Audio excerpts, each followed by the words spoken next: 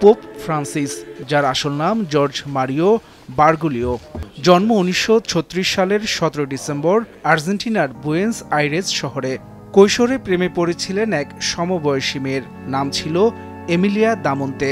আর্জেন্টিনার Buenos Aires শহরের Flores এলাকায় তাদের বসবাস ছিল।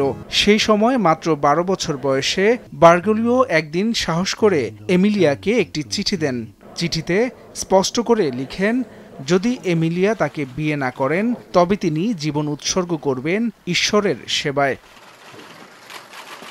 প্রেমে প্রত্যাখ্যানের যন্ত্রণা হৃদয়ে নিয়ে বারগোলিও বেছে নেন এক কঠিন পথ, নিঃসঙ্গ পথ।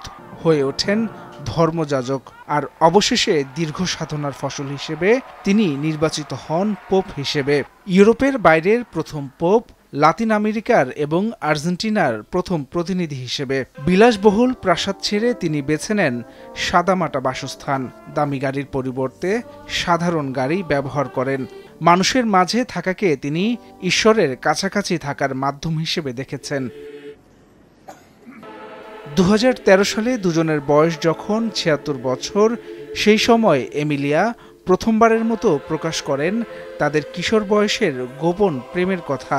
তিনি বলেন, ওর স্বপ্ন ছিল আমাদের জন্য একটি লাল ছাদের ঘর বানানো, কিন্তু আমার বাবা মা সেই প্রেমের ঘোর বিরোধিতা করেছিলেন।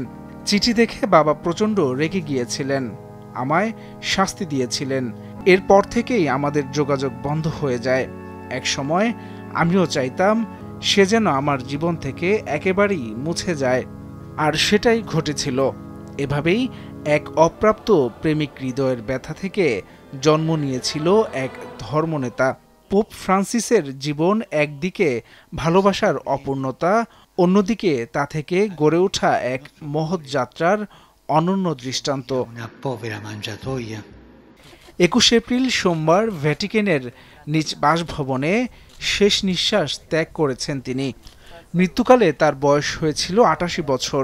পোপ ফ্রান্সিস বিশ্বের সকল ধর্ম, বর্ণ ও জাতি মানুষের মধ্যে সহানুভূতি, মানবতা ও শান্তির বার্তা ছড়িয়ে দিয়েছেন। হাসান সাব্বির, ভোরের কাগজ।